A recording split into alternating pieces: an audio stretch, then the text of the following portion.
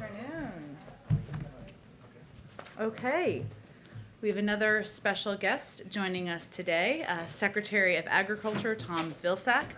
As you all know, this is Secretary Vilsack's second turn at the Department of Agriculture, which he led in the Obama-Biden administration from 2009 through 2017, making him the longest-serving member of President Obama's cabinet. In those years, Secretary Vilsack fought to put Americans back to work by investing in rural infrastructure, renewable energy, and large-scale conservation partnerships. Under his leadership, USDA introduced healthier food choices in school meals to benefit 50 million children and expanded free and reduced price lunches for millions of kids. Prior to his appointment, or nomination and confirmation, I should say, Secretary Vilsack served 2 terms as the governor of Iowa in the Iowa State Senate and as the mayor of Mount Pleasant, Iowa. With that, I will turn it over to the secretary, who will take a few questions once he concludes his remarks.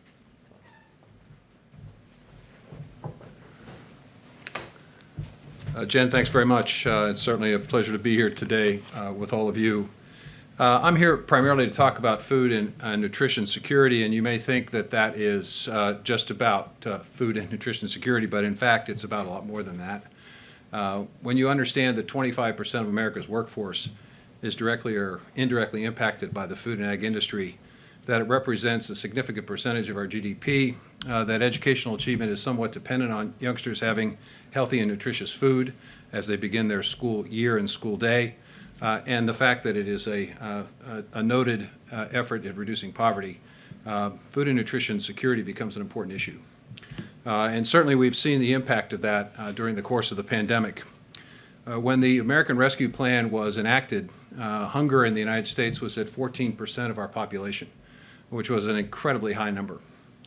Today, as a result of the investments under the American Rescue Plan, we now know that hunger has dipped to 8% of America's population. That's a remarkable drop in a 6-month period.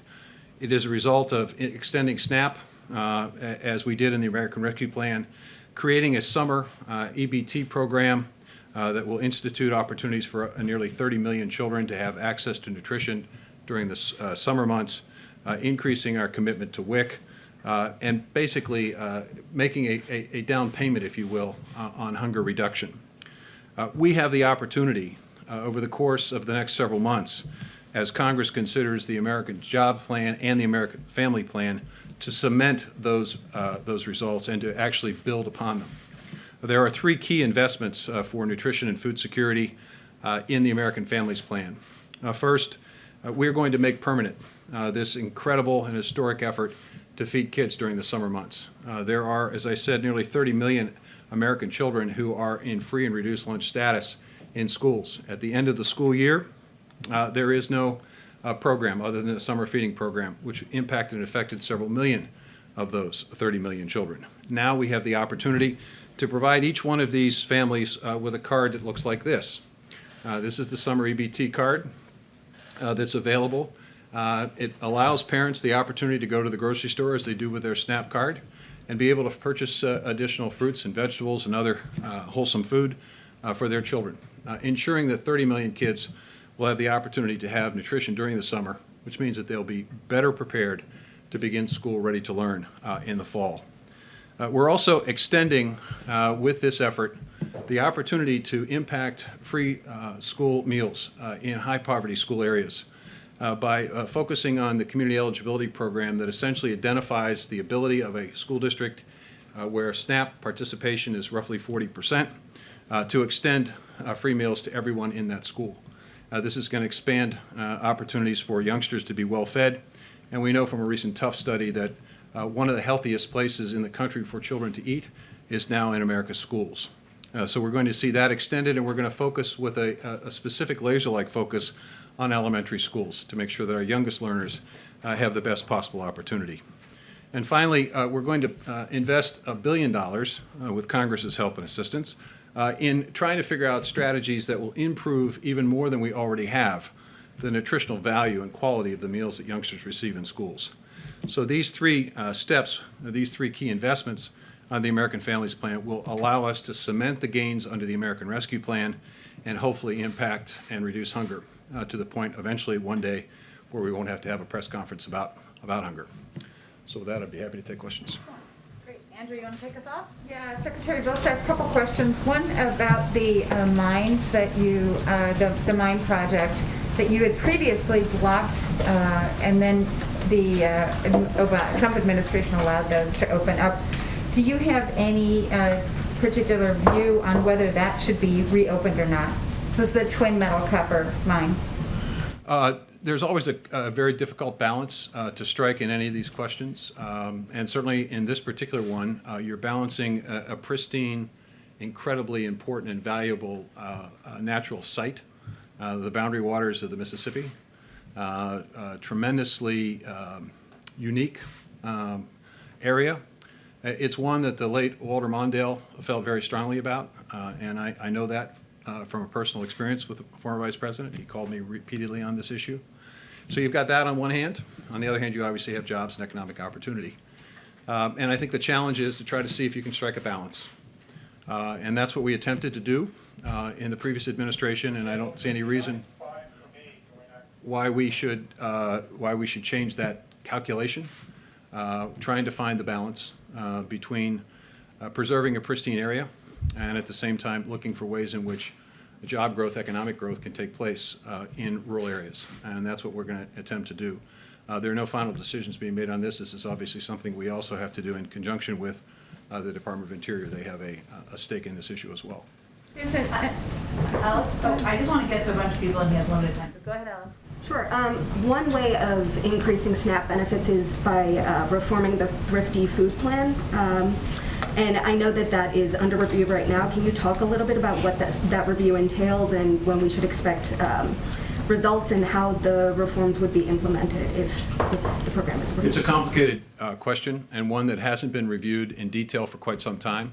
And we expect and anticipate during the course of the summer months that we will complete our review and then have an opportunity perhaps to have a conversation about this in the fall.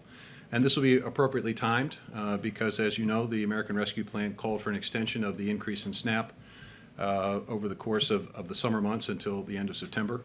So it's timely for us to look at this. I'd simply say that the principles that we're operating under in this area are, number one, the benefit has to be meaningful to American families. With the American Rescue Plan, we saw an additional $100 a month for a family of four being added to the groceries to their grocery purchases. It also impacts jobs, as I said before. That SNAP benefit increased and supported tens of thousands of jobs in grocery stores and across the food chain. It also has to be conveniently available. It's one of the reasons why, again, the American Rescue Plan has provided opportunities for us to look at online purchasing, make it more convenient. It has to be operated with integrity, obviously. And it has to be, we have to look for ways in which we can incent and encourage those dollars to be used in the best way possible to provide the most nutritious benefit to American families. And that's the goal, and that's what we'll look at when we look at the Thrifty Food Plan. Alex? Secretary, a group of Midwestern farmers last week sued over the COVID loan forgiveness program, arguing that it's unfair to them because they're white. Your reaction to that lawsuit, and do you stand by the program's structure? It's a great question. I appreciate it. I think I have to take you back 20, 30 years when we know for a fact that socially disadvantaged producers were discriminated against by the United States Department of Agriculture. We know this. We have reimbursed people in the past for those acts of discrimination, but we've never absolutely dealt with the cumulative effect. And by cumulative effect, I mean this. When I have the full advantage of all the USDA programs throughout the last 30 years, my operation could grow. I could invest in more land. I could get the latest and best technology. I could plant my crop at just the right time. I could make more money. If I had limited access or no access to USDA programs, obviously my operation significantly limited. So the American Rescue Plan's effort is to begin addressing the cumulative effect of that discrimination in terms of socially disadvantaged producers. Secondly, when you look at the COVID relief packages that had been passed and distributed by USDA prior to the American Rescue Plan, and you take a look at who disproportionately received the benefits of those COVID payments, it's pretty clear that white farmers did pretty well under that program because of the way it was structured. It's structured on size and structured on production. So I think there is a very legitimate reason for doing what we are doing. I think it has to be complemented with additional steps, which the American Rescue Plan provides, an equity commission to take a look at whether or not there are systemic barriers that need to be removed at the department, and also taking a look at how we might be able to create better technical assistance, better access to land, better access to markets for socially disadvantaged producers and for local and regional food production. So we're going to continue to proceed forward. Understand that litigation is going to be what it is, and we'll obviously have the Department of Justice and others do what they do. But in the meantime, the U.S. Department of Agriculture is going to move forward with that effort. Thank you, Secretary Vilsack. You've just outlined the plans for the ARP funds through the fall to deal with some of the issues around hunger. How long do you anticipate those funds will last, particularly given that next year's school year will be unique, coming off of a year where most schools have been closed for the better part of a year? And will you need more funds from Congress to address this Well, issue? I think that's one of the reasons why the President proposed the American Families Plan as a continuation and as allowing us to basically cement and make more permanent the gains that we've seen from the American Rescue Plan. In the meantime, we have worked with schools, understanding they're faced with a lot of uncertainty about the upcoming school year. And so we have already decided that we have available resources to be able to provide for universal free lunch for schools throughout the 21-22 school year. And that will extend, I think, until the end of June 2022. With the passage of the American Families Plan, we would then have the summer EBT program to provide additional support and help. And that would give us, I think, enough lead time for school districts to be able to adjust back to what the new normal will be. In the meantime, we'll be looking at hopefully the use of the pilot under the American Families Plan to see if there are ways in which we can incent additional nutritional value for those meals, and we'll be using, hopefully with the passage of the American Families Plan, a more targeted effort in high poverty schools, elementary schools, to expand universal free meals. Okay, that's the last one. On this idea of a carbon bank, since you've been on the job, what is the feedback that you've gotten from farmers, and is this something that you think needs congressional approval? You know, I was at a meeting yesterday with the Environmental Protection Agency administrator, Michael Regan. He did a terrific job. We had probably 25 farmers.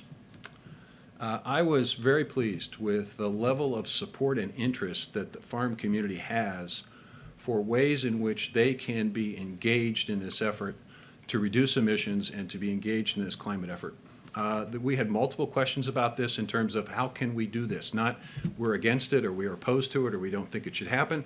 It was, how can we do this? How can we be part of this? Because farmers understand something very, very fundamental about this. This is the opportunity of a lifetime for us to create additional revenue opportunities for farmers. Now, why is that important? Because today, 89.6% of American farms, the majority of income does not come from the farm for those farm families. That means they have to have an off-farm income. So it's the Department of Agriculture's job to find more, better, and new markets. Climate provides that opportunity.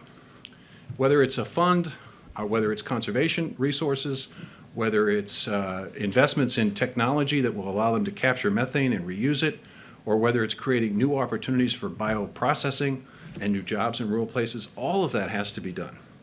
And I think the USDA has enormous capacity and enormous set of tools that can be used to provide the resources to work with the farm community to embrace this future. And I think they are in agreement with President Biden when he says the net goal here is net zero emissions by 2050. I think that's doable, and I think in doing it, I think we'll improve income opportunities for farmers.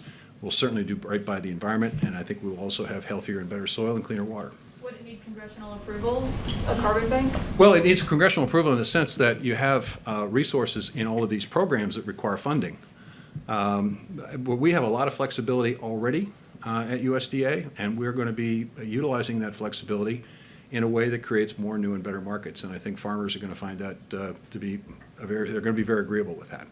Thank you, Thank Secretary you. Vilsack. Thank you, And as always, if you all have follow-up questions, we are happy to connect you with his team following the briefing. Thank you, and we'll love to have you back. Thank you so much.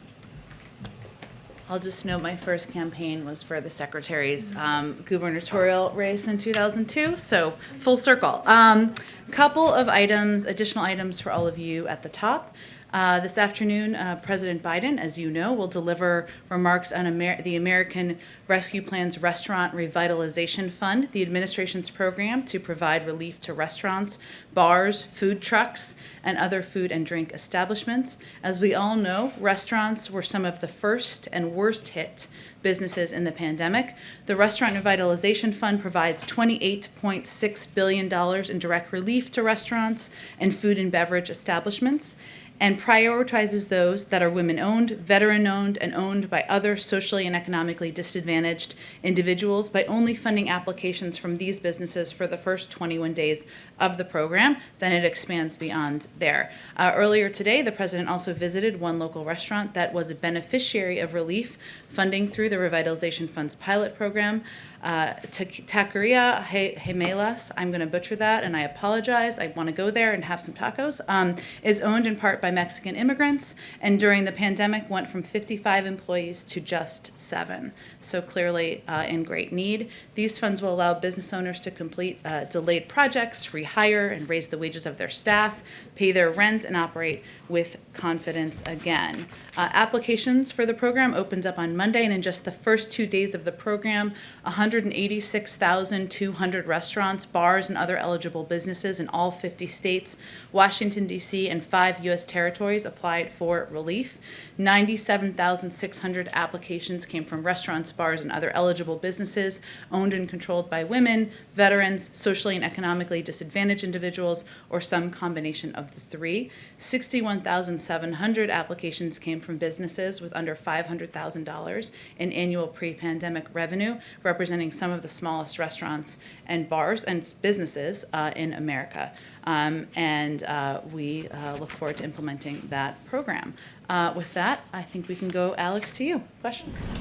So the CDC's summer camp guidance is very strict, as Dr. Fauci acknowledged today. It requires even adults who have been vaccinated to wear masks outside at all times. It requires children to be socially distanced. Can you explain why that contradicts the administration's guidance that vaccinated adults don't have to wear masks outside? And also, Dr. Fauci suggested that it may change as the science becomes clearer. But is the administration at all concerned that there won't be compliance with something this strict, and there won't be compliance if it continuously changes? Sure. Well, first, I think everyone can expect that the guidance will continue to be updated and will continue to change. And I think as a parent myself of kids going to summer camp, don't tell them I said that, I would welcome that. And there's no question what the CDC is trying to do is provide guidance to the American public, to parents, to families that they can trust, that they know is reliable, based on medical experts, doctors, based on data on how they can feel safe. The guidance that was rolled out last week does not convey that when you're outside in a crowd, you should not wear a mask. If you are outside and you're not in a crowd, and you're vaccinated, you don't need to wear a mask. And obviously, there is nuance in all of these applications, and people are still learning how to apply it. But as kids are dropping off, as parents, I should say, are dropping off their kids at summer camp, as there are tons of kids, tons of parents, counselors, that certainly wouldn't be someone alone. But I think what Dr. Fauci was conveying, Alex, is that the data, they're going to continue to look at the data, and they want to put out updated guidance as they feel comfortable and confident in what they can provide to the American public. Sure. And there's a new evaluation of the American Families Plan out by the Penn-Wharton budget model, and they found actually that the plan would increase the deficit and fail to grow the economy as much as President Biden has claimed. And so is there risk in the long term that the president might not be able to fully deliver on what he's promised economically? Well, first, let me say we strongly disagree with the analysis, as do other independent experts. According to an analysis out this week from Moody's, GDP in 2030 will be more than $700 billion higher than it would be without the Jobs and the Jobs Act, the Jobs Plan and the Families Plan. This is in large part because labor force participation will be nearly a full percentage point higher due to the effects of the benefits of child care support, and paid family leave. And that same analysis found that the economic benefits would only increase over time due to increased college enrollment and universal pre-K, which will help some of the 2 million women who are no longer in the workforce get back in. The Penn-Wharton model analysis also off in a number of important ways. It gets the cost of the investments wrong by about $700 billion, even though our estimates come from career officials at OMB. Moody's, for example, arrived at deficits even lower than the administration than we had when it came to the effect of the Families Plan. And of course, our plan would be implemented over a series of 8 years and 10 years and paid for over 15. So we're going to rely on the majority of economic analysis out there and our own analysis in here, and we are confident we'll be able to reach both our job creation projections and, of course, do it in a way we can pay for it. And one international question. Israeli Prime Minister Benjamin Netanyahu missed the deadline to put together a coalition government yesterday, or a new governing coalition. Is the president monitoring the situation, and does the administration have any sort of response or perspective on the possibility of a new coalition government there?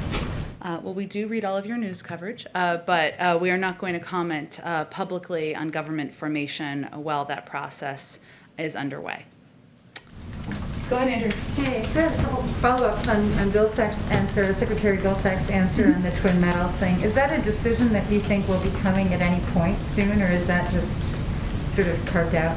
I don't have a prediction of that. I would say I would refer you to the Department of Agriculture, and they would, of course, be the right source for that information. We can see if there's more follow-up on it on the timeline. Okay, and then on the issue of the G7 meeting and the subsequent meetings with Putin, do you have any news for us on that front in terms of timing and also the agenda? Not quite yet. As soon as we have details or any confirmed details of timing, location, date, participation, we will of course share that with you, and I would expect we wouldn't have more specifics on an agenda if and when we have it confirmed until much closer. And then just one more on my favorite topic of the WTO. Oh, I don't know which one it is. Okay. TRIPS waiver. So this morning there was a meeting of the WTO. Catherine Tai made some comments during an FT session talking about, you know, time being of the essence, really sort of underscoring. There are multiple reports out also about kind of a division within the administration on this waiver issue. Can you just really walk us through what your perspective is on this and why, so that there's so many people in institutions and organizations now really putting pressure on President Biden to back this waiver? Well, I think it's important first to just take a step back and remind everyone that the president spoke about his support for this type of a waiver back during the campaign. But we are running a process. We have been running a process in the administration that includes all stakeholders in the administration. And he is somebody who has welcomed people of different views. He wants to know the details. He's a details guy, and he wants to dig into the pros and cons and all of the considerations for any decision. As we look at this decision, what we're really talking about, I know you know this, Andrea, but for others, we're really talking about the U.S. position as it relates to the WTO process, right? And that process will take a series of months and requires a unanimous point of view to move forward. So what the consideration now is the U.S. position. Our objective overall, as we look at this decision, is how can we provide as much supply in the most cost-effective way to the global community? And clearly there are steps we've announced. We're in the process of taking, providing 60 million doses to the global community once we have that available, that are AstraZeneca doses.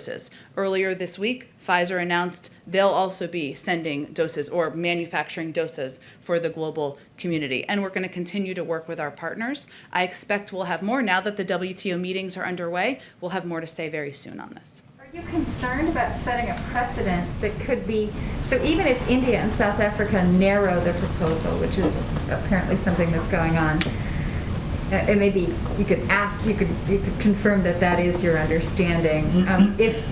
Even if that proposal is narrowed, are you concerned that you're going to be setting a precedent that could harm U.S. companies in the future?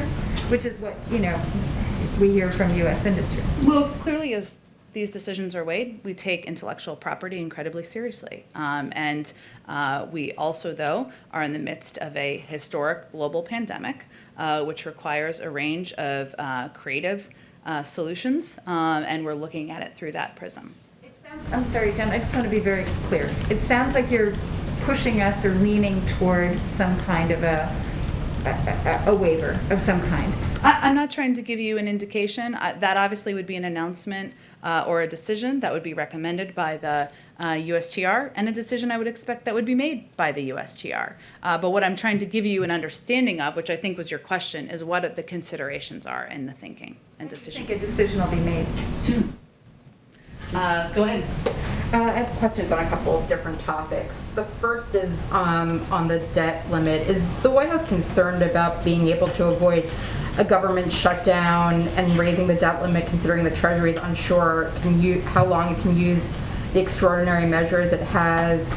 And what's the White House's strategy for pressuring Congress to agree to raise or suspend the debt limit, or are you leaving that to Treasury to figure out?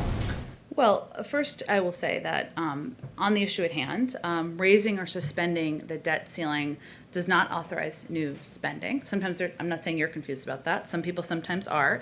It merely allows Treasury to meet obligations that Congress has already approved. So certainly they would be in the lead, as they have historically been in most administrations, on making that case. We expect Congress to act in a timely manner to raise or suspend the debt ceiling, as they did 3 times on a broad bipartisan basis during the last administration, including the same year that the former president signed into law tax cuts that added $2 trillion to the deficit. So we certainly expect they will move forward, that this is something that has been done on a bipartisan basis. Democrats and Republicans have called for it in the past, and that's what we'll be advocating for. Senate Minority Leader Mitch McConnell said this morning, when asked about kind of the issues within his own party, that, quote, 100% of my focus is on stopping this new administration. And he touted kind of the unity within his caucus, from Susan Collins to Ted Cruz. Are you concerned that it will be difficult to work with Republicans when you have these kinds of statements coming from their leader? Well, I guess the contrast for people to consider is 100% of our focus is on delivering relief to the American people, on getting the pandemic under control and putting people back to work. And we welcome support, engagement, and work with the Republicans on that. And the president has extended an open arm to that. The door to the Oval Office is open. He's invited Senator Capito to bring a group of her choosing to the White House next week. And we think there is opportunity for agreement to deliver on relief to the American people. One quick question. A judge this morning struck down the CDC's national moratorium on evictions. Do you have a response to that and the administration's plans to appeal potentially? Yes, I do. We understand, and this just happened, as you alluded to this morning, we understand the Department of Justice is reviewing the court's decision and should have more to say later today. We also recognize, of course, the importance of the eviction moratorium for Americans who have fallen behind on rent during the pandemic. A recent study estimates that there were 1.55 million fewer evictions filed during 2020 than would be expected due to the eviction moratorium. So it clearly has had a huge benefit, but we would expect that a response and any, of course, decision about additional action would come from DOJ, and you may hear more from them today. Go ahead, Christine. Thanks, Jen. Facebook has decided to keep former President Trump off of its platform for now. Senator Ted Cruz tweeted the following: for every liberal celebrating Trump's social media ban, if the big tech oligarchs can muzzle the former president, what's to stop them from silencing you? What do you make of that comment? Does he have a point? Well, let me first say that this is an independent board's decision, and we're not going to have any comment on the future of the former president's social media platform. That's a decision that it sounds like the independent board punted back to Facebook to make in the next 6 months, as I know you all have reported. The president's view is that the major platforms have a responsibility related to the health and safety of all Americans to stop amplifying untrustworthy content, disinformation and misinformation, especially related to COVID-19, vaccinations, and elections. And we've seen that over the past several months, broadly speaking. I'm not placing any blame on any individual or group. We've seen it from a number of sources. He also supports better privacy protections and a robust antitrust program. So his view is that there's more that needs to be done to ensure that this type of misinformation, disinformation, damaging, sometimes life-threatening information is not going out to the American public. You're saying more that needs to be done. Are there any concerns, though, about First Amendment rights? And where does the White House draw the line on that?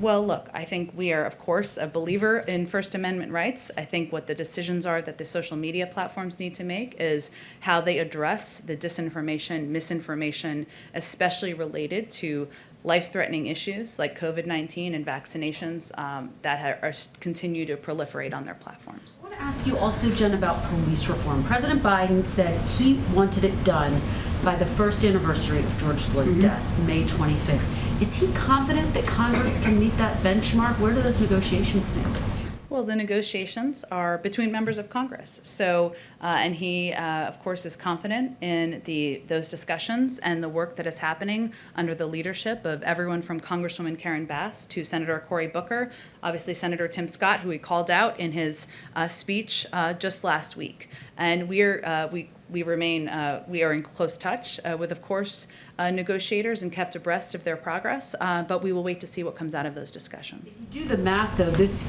puts police reform in some regard ahead of the negotiations, one would think, for the American Families Plan, the infrastructure plan, which he set an end of the summer deadline for.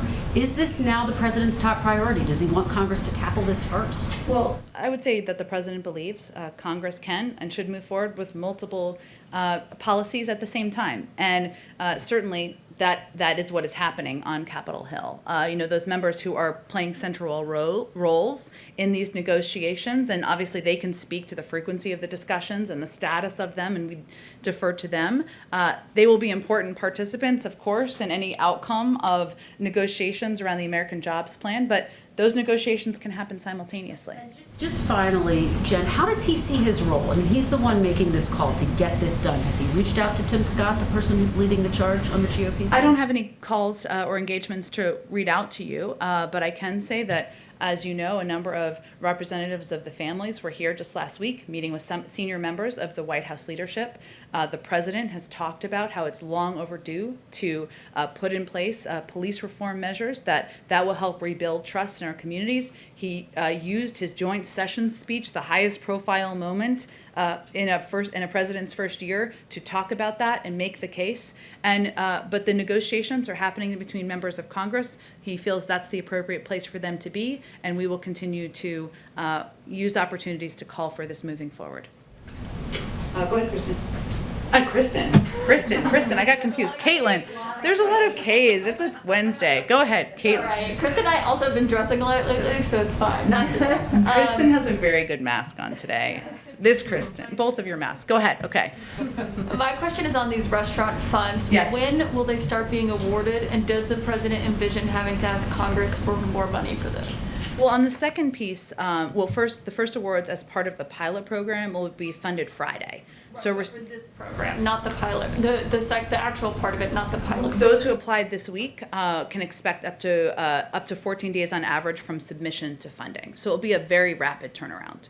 Okay, and does he envision asking Congress for more money for this? When Congress comes back, we are happy to discuss the best ways to further support small businesses, including restaurants hurt by the crisis. So he's certainly open to that.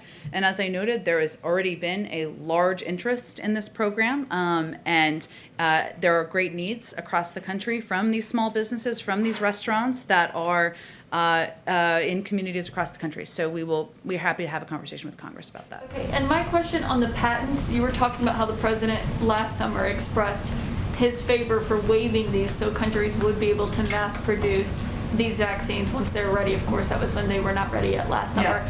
So just to be clear, is that still his position? That has been his position. He also believes that there needs to be an internal policy process. That's what's been ongoing. The recommendation, the appropriate process, the recommendation to come from the USTR, and then any announcement about a decision would come from USTR. And that's how government should function and should work. And and I noted in response to Andrew's question, there are of course considerations, but we're also in the midst of a global pandemic, and our objective is to getting as much supply out into the global community as quickly as possible in the most cost-effective manner as we can. But what did he communicate to Catherine Tai, his trade representative, before these meetings with the WTO on this are underway? Well, there have been discussions happening here through a policy process. I don't think his comments he made last summer are a secret. They're certainly not. But again, he's a believer that you need to have all parties at the table, everyone providing information, hearing details, pros and cons of every decision. And that's exactly what he asked for from his policy teams. So given what he's heard from the policy teams, from the health experts, people like Dr. Fauci have weighed in publicly about whether this would be helpful in making vaccines right now, or if that would be further down the road. But is his position still what he said last summer, which is absolutely positively he will ensure there are no patents standing in the way of other countries and companies mass producing these life-saving vaccines? That has been his position, but he is the President of the United States who believes in the advice, the counsel, the considerations of his policy teams, and that has been the process that's been ongoing over the last several weeks, and I expect we'll have more to say quite soon. It's also important to note, just in response to one of the things you said, that this is about the U.S. position. There would be an entire process at the WTO that would likely be months in the making. And that's just how the process works. So there's also a consideration leading up to that. Okay, thank you. Okay, go ahead. Thank you, Jen. Yesterday you said that the CDC engaged with around 50 stakeholders when coming up with these guidelines for reopening schools. So in addition to the Teachers Union, the American Federation of Teachers, who are these other roughly 50 stakeholders? Well, let me give you, I'm not going to read all 50, and I'm happy to send them to you after. But just as an example, while I find this lengthy list, they include the YMCA, they include the Council of Chief State School Officers, the National Association of School Nurses, the National Governors Association, Big Cities Health Coalition, Autism Speaks, Council of Great City Schools. So there's a range of organizations, and as we were talking about yesterday, the objective is to have a better understanding of implementation, how it would work, and ensure that these guidelines can be implemented and they would not provide harm to the communities that they would be impacting. But can you just explain maybe just a little bit more, why the CDC needs all of this input from so many outside entities? Why can't it just come up with these science-based guidelines on its own? Well, they do so to ensure that the recommendations are feasible to implement and that they adequately address the safety and well-being of individuals the guidance is aimed to protect. And that type of consultation is pretty standard as a part of their consideration processes.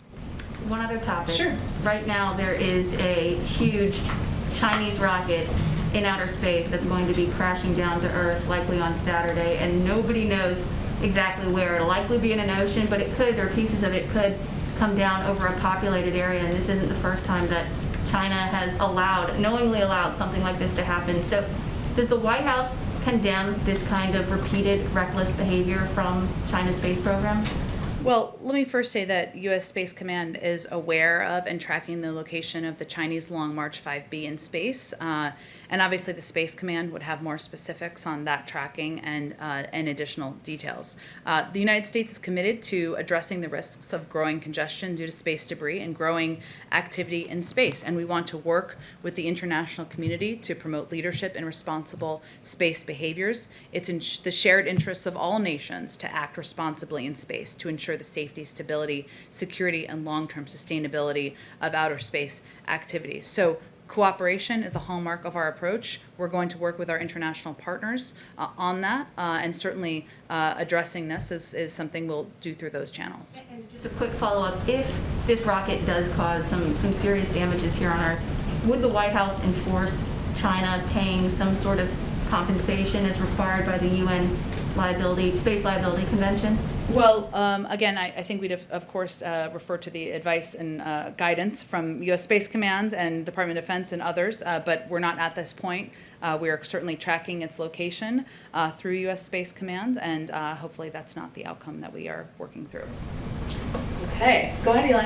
Thanks, Jen. I'm just interested if you have any response to some of the moves made this week by a few Republican governors to get rid of, protections that were in place for people, public benefits, also public health restrictions, basically sending the message that the pandemic is over and sort of criticizing Washington, the CDC, the bureaucrats, as Ron DeSantis put it, for telling people they still need to wear masks indoors, those sorts of things, saying that the vaccines have worked.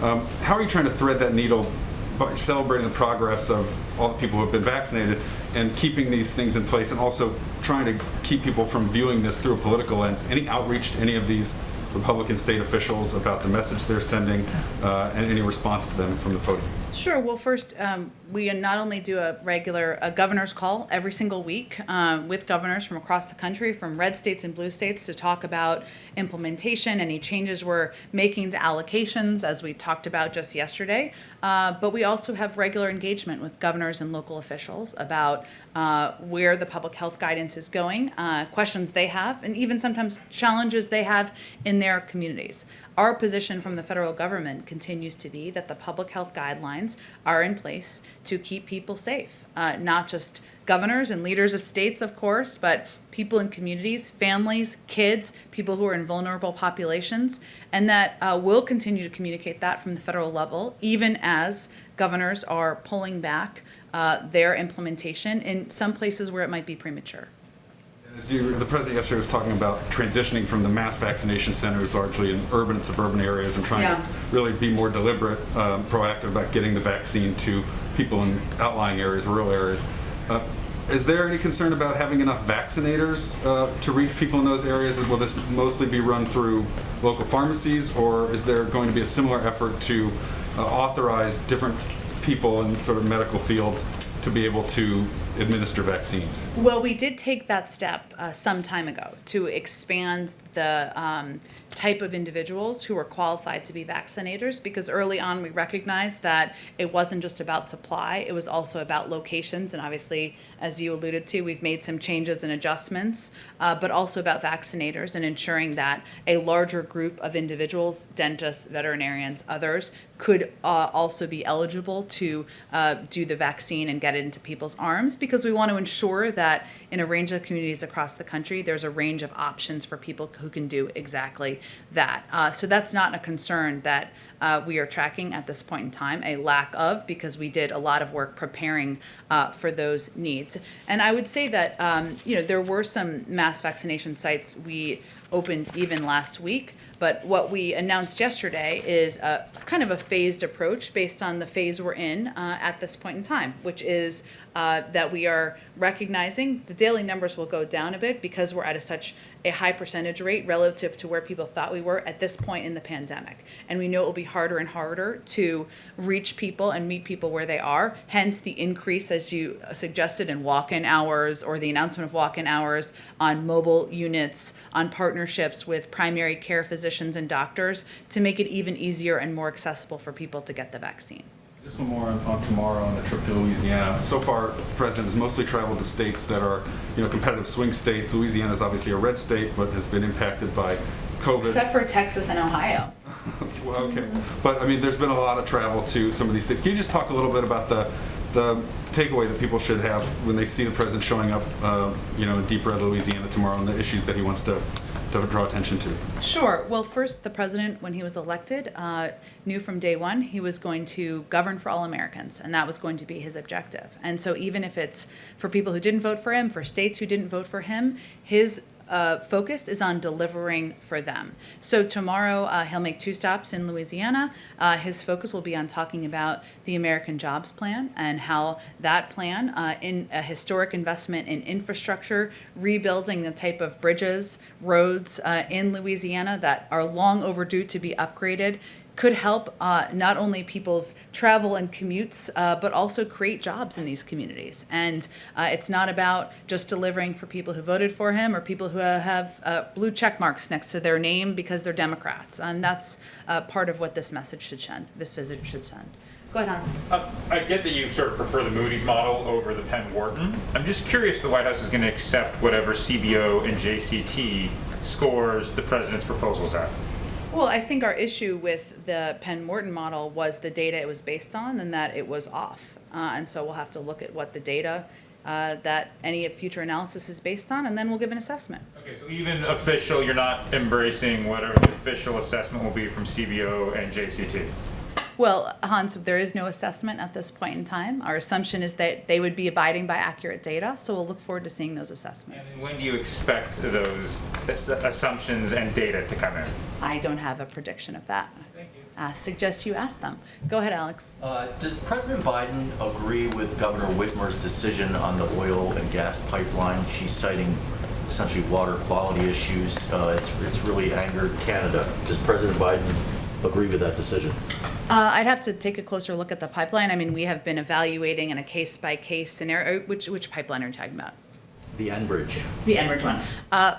We look at each pipeline through the prism of the impact on the environment and also the impact on the economy, and we make assessments. So I'd have to talk to our team if that assessment's been concluded or not.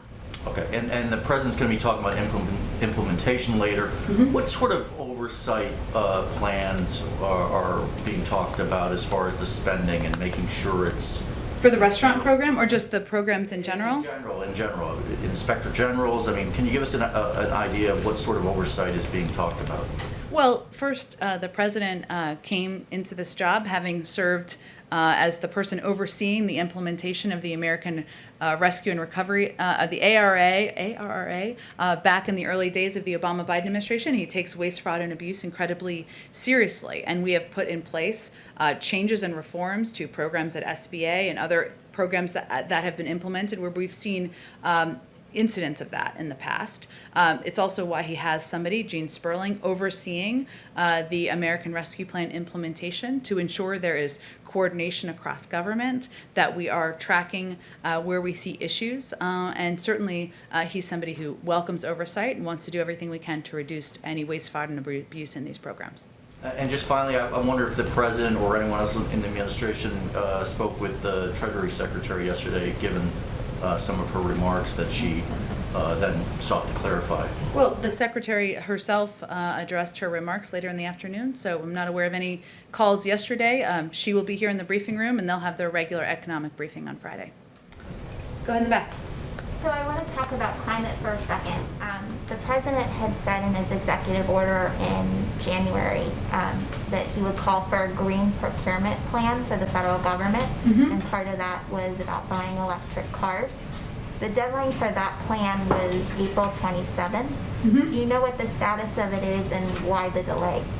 I don't have an update on the status. It is something, as you noted, he talked about early administration. He's absolutely committed to, but I'm happy to check with our team and see where our report on that lives. And I also want to ask, does the Biden administration have a timeline at this point for issuing pardons and commutations? I don't have any previewing of that to provide, and probably won't from here. Go ahead in the back. Yes, is the Los Angeles Mayor Eric Garcetti under active consideration to be the ambassador to India or any other country? I don't have any personnel announcements or assessments to make here from the podium, but hopefully we'll have some more formal announcements on ambassadors soon. And the Tokyo Olympics are 12 weeks out. At what point does the president need to make a decision about his attendance? His attendance? And what factors are delaying the announcement? Well, I think the president and his team assess any invitation as it comes in, but 12 weeks is some period of time. I don't have any updates or predictions on whether or not he'll travel or accept the invitation made to attend the Olympics. Go ahead. Thanks, Jen. Two questions. First, on the large sports arenas that are beginning to allow for fully vaccinated fans in special sections. Both Citi Field and Yankee Stadium in New York have made those announcements, and I know there are some others. Does the administration think that that is a good approach for sports teams to take, and maybe other large event venues? And are there any concerns about equity when it comes to access to facilities, particularly those that were built with some public money in some cases, I'm sure, when it comes to people who may not have been able to get vaccinated yet? Well, first, everyone in the country is eligible to be vaccinated, and certainly at this point in time. So we are, and we, as we've noted here, have taken a range of steps to ensure we are meeting people where they are, getting these vaccine doses out to communities around the country. In terms of an assessment of the safety of this approach by sports teams, I'd have to talk to our COVID team about that. And I think it's unlikely we're going to be weighing into every private sector decision about how they're moving forward once people are vaccinated. But I will check with them on that.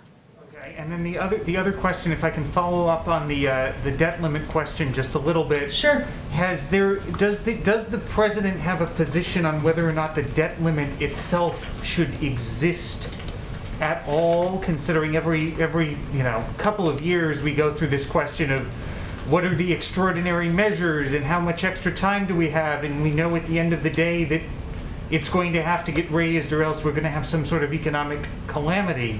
Does the president have a view on the question more broadly of whether or not there even should be a debt limit? Well, first, raising or suspending the debt ceiling doesn't authorize new spending. It merely allows Treasury to meet obligations that Congress has already approved, right? It has been the case for many years, and there have been bipartisan votes to support. So, the president does believe that Treasury should be able to meet its obligations and believes that Congress should move forward in a bipartisan manner, as they have historically in the past, including 3 times during the prior administration. Go ahead in the back. Thanks. On the G7 trip, is there any advance on whether the president will meet with the Queen? And separately, has the president or the First Lady been in contact recently with Prince Harry?